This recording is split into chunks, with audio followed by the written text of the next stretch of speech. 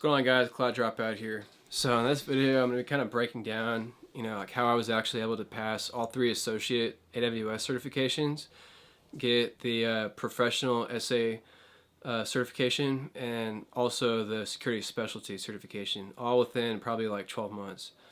And so basically what I did was I got a job right out of college. Probably most of you guys or some of you are looking for a job out of college or just trying to find a really good job in like cloud computing, right?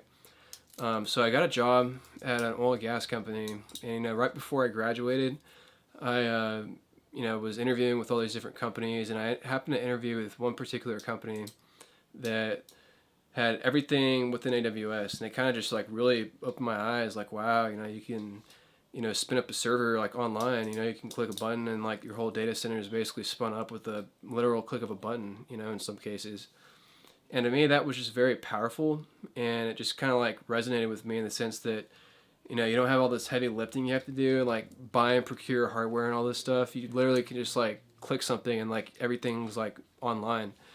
And so that kind of got me thinking like, all right, well, what's this cloud, like what's AWS and all that. And basically, I was able to find out that everything's kind of moving to either like AWS or some sort of cloud provider. And, you probably want to get a cert, right? And so I started looking on AWS's, website because they're the market leader. And what I found is that they have an entire cert path. And so what I started doing was I worked backwards from, okay, what's like the most highly revered AWS certification, the SA Pro. Super hard since I already passed it. I had to do it like 3 different times, but basically I tried working backwards from that. And so that was probably like May of 2019. And so I was like, all right, well, I'm going to try and get the AWS SA associate cert. And so what I did was basically take Tutorials Dojo Practice Exams.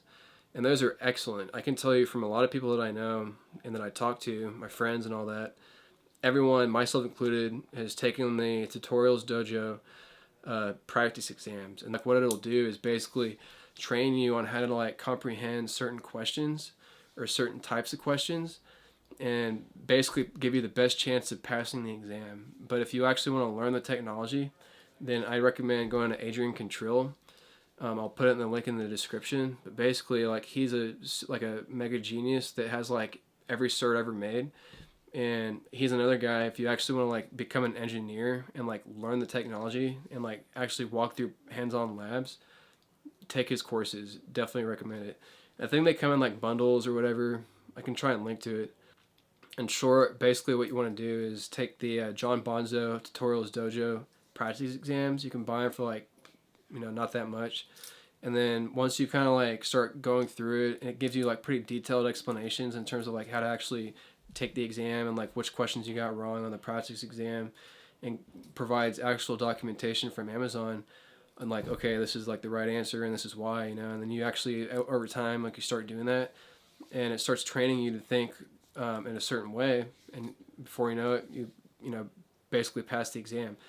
And so you basically just follow that workflow. And so what you want to do is you basically take the Tutorials Dojo practice exams. And what I would do is I would wake up in the morning, get in the right mindset, literally go to a coffee shop or whatever, like at 4 or 5 a.m. in the morning. Sounds kind of crazy, but I would just do that for like an hour or two, go to work, and then I work out.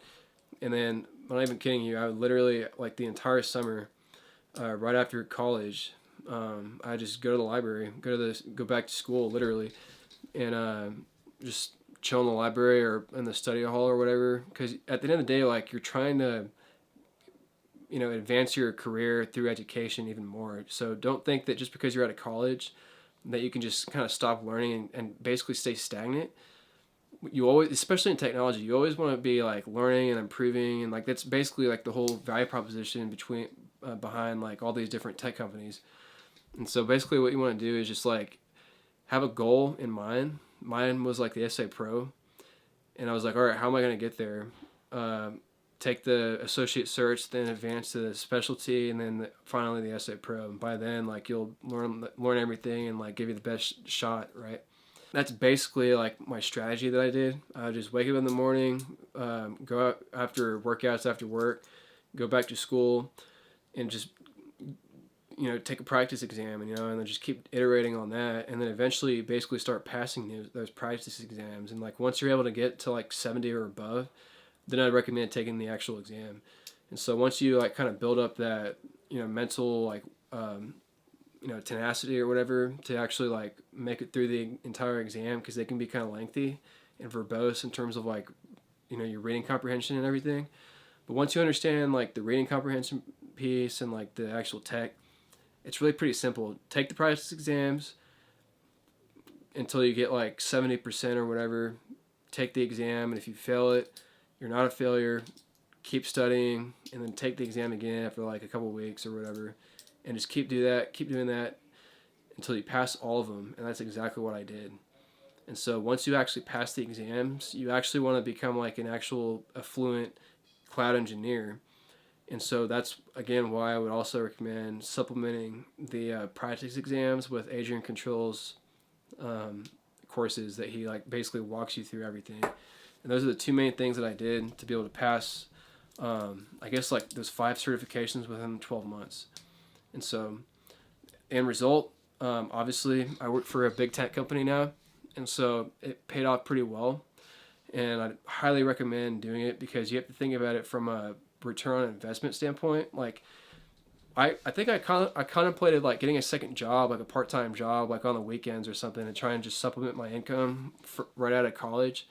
Then I thought to myself, like, you know, I could do that and just not really get anywhere in the long run. I could maybe make some extra money in the short term, but I was going to try and bet on myself and basically, you know, see what certs are allowing you to get the most high-paying jobs, like ASAP, and just go for those and just like sacrifice the short term for the long term, basically. And you have to think about it from like a return on investment standpoint. Like, you know, when you get into a big tech company, you get compensated fairly well. And when you're able to do that, then you can think about it like, okay, well, what got me there? My certifications, my studying and all that, my, you know, burning the midnight oil hours of studying like every night, all that's going to be coming back to you in like a lot of dividends, you know? And so you think about it from like an hourly perspective or an ROI perspective, you're getting paid quite a bit just to sit there and study, you know, after work or whatever, and advance your education and career. So anyways, guys, that's basically how I was able to do it. 12 months, I got my first AWS SA associate exam. And then 12 months later, I'd gotten all 3 associates, the security specialty, and the SA Pro. And so that's really about it. So if you guys want more, I'll catch you on the next one. See ya.